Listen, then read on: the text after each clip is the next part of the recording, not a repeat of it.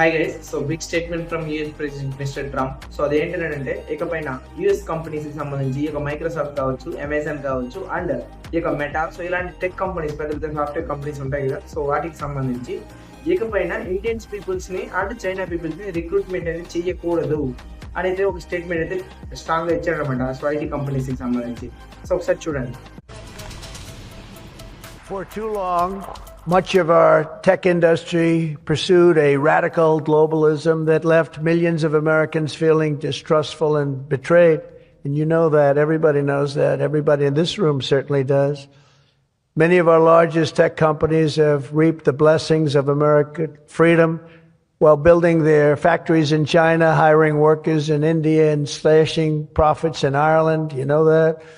All the while dismissing and even censoring their fellow citizens right here at home. Under President Trump, those days are over. We need U.S. technology companies to be all in for America. We want you to put America first. You have to do that. That's all we ask. So చూసారు కదా guys. So అతను ఏం చెప్తున్నాడంటే ఇకపైన Indian peoples and China peoples, so ఇద్దరిని కూడా ఇకపైన recruit చేయకూడదు. At the same time 1,50,000 engineering graduates per year కి అయితే అమెరికాలో వస్తున్నారన్నమాట. అట్ ది సేమ్ టైం ఇండియాలో చూసుకుంటే 1 million ప్లస్ ఇంజనీరింగ్ గ్రాడ్యుయేట్స్ అనేది బయట వస్తున్నారు.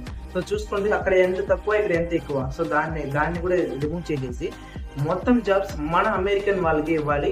ఎంతమంది ఇంజనీరింగ్ గ్రాడ్యుయేట్ బయట వస్తే అంతమందికి జాబ్ అవకాశం ఉండే విధంగా మనం కల్పించాలి అని అయితే మనకు స్టేట్మెంట్ ఇచ్చాడు.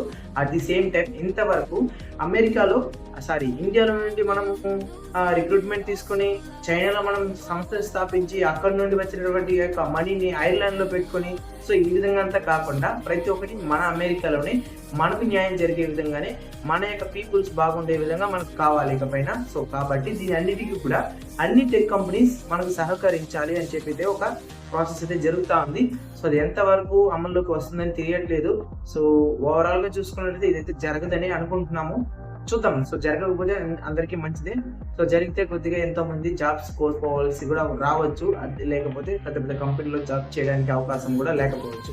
సో చూద్దాం ఏం జరుగుతుందో. సో మరిన్ని అప్డేట్ కోసం మన ఛానల్ అయితే ఫాలో చేసుకోండి, ఛానల్ సబ్స్క్రైబ్ చేసుకోండి. మళ్ళీ ఇంకొక వీడియోలో చూద్దాం. Bye bye.